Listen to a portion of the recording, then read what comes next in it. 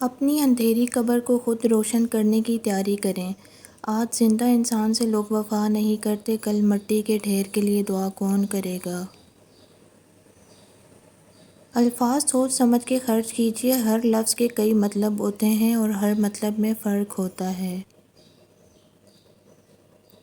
دکھ اشتہار لگانے کے لیے نہیں ہوتے، اور جو لوگ اپنے دکھوں کا اس طرح اشتہار لگاتے ہیں وہ صرف ان سے کمائی کرنا چاہتے ہیں۔ کبھی کبھی ہماری زندگی میں مشکلات کا ایک لمبا سلسلہ چل پڑتا ہے، اور یہ تب تک چلتا رہتا ہے جب تک ہمیں سبق نہیں سکھا دیتا۔ خواب اور حقیقت کے بیچ جو فاصلہ ہوتا ہے وہ ڈر کا ہوتا ہے۔ جو ڈر گیا وہ اپنے خواب کو کبھی حقیقت میں نہیں بدل سکتا۔ لفظ کبھی واپس نہیں پلٹتے، اور ہم کچھ نہ کچھ ایسا ضرور کھو دیتے ہیں جو ہمیں پھر کبھی نہیں ملتا۔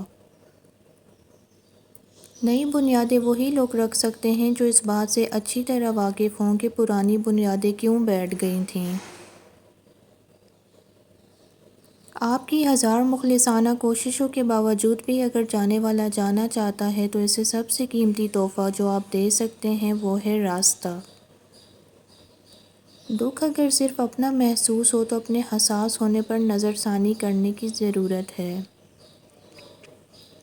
خواہشات کے پاؤں چادر سے باہر نکل جائیں تو پھر سکون نہیں ملتا۔ قدرت کے فیصلوں کا انتظار بہت طویل ہوتا ہے، مگر نتیجہ انصاف پر مبنی ہوتا ہے۔ آج تک میں یہ نہیں سمجھ پایا کہ ہر انسان اپنا عروج اور دوسرے کا زوال کیوں دیکھنا چاہتا ہے۔ اپنا اچھا وقت انہی کو دیں جو برے وقت میں آپ کے ساتھ تھے۔ مصر کی اس عورت سے ایک غلطی ہوئی تھی، ایک جرم سرزد ہوا تھا، مگر اللہ نے اس کا پردہ رکھ لیا۔ اس کا فعل تو بتایا مگر نام نہیں، اور جس چیز کا پردہ اللہ رکھے وہ کھل نہیں سکتا۔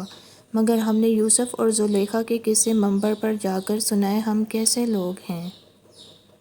انسان سب سے پہلے خدا کو بھولتا ہے کیونکہ وہ انسان کو یاد کر لیتا ہے، یہیں سے اس کے شرک کی ابتدا ہوتی ہے۔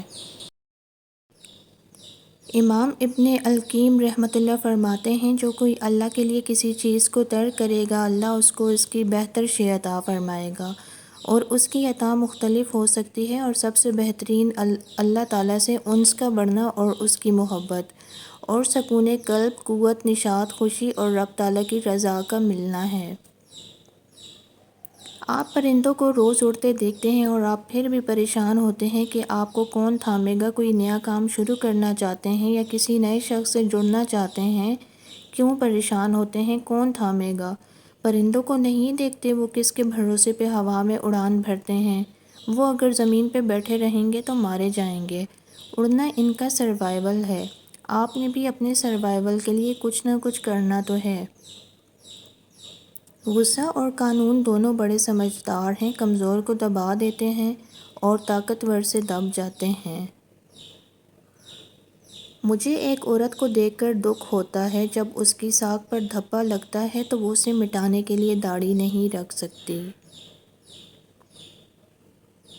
اگر داماد جانور نکل آئے تو سماج کے ڈر سے بیٹی کو سمجھوتا کرنے کو نہ کہو، اسے اس عذاب سے نکال لو۔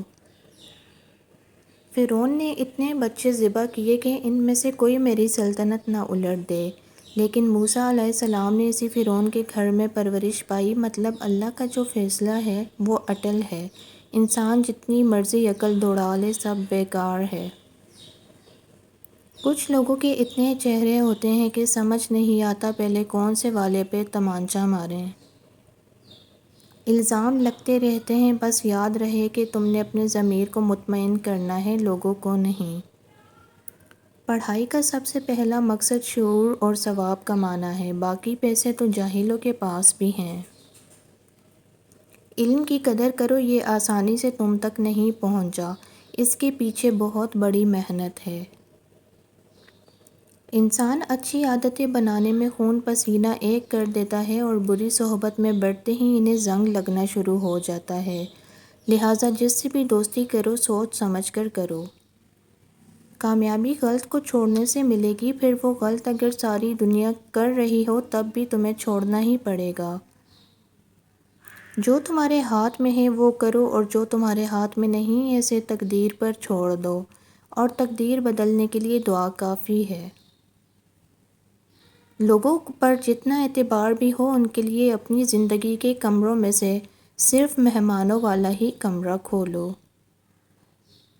جب تمام درخت کاٹ دیے جائیں گے، جب تمام جانور مر جائیں گے، جب تمام پانی زہریلا ہو جائے گا، جب ہوا میں سانس لینا مشکل ہو جائے گا، تب آپ کو احساس ہوگا کہ آپ پیسے کھا کر زندہ نہیں رہ سکتے۔ اگر آپ کو ہماری ویڈیو پسند آئی ہے تو ویڈیو کو لائک اینڈ شیئر ضرور کریں، چینل کو ضرور سبسکرائب کریں۔ ملتے ہیں نیکسٹ ویڈیو میں، تب تک کے لیے اللہ حافظ۔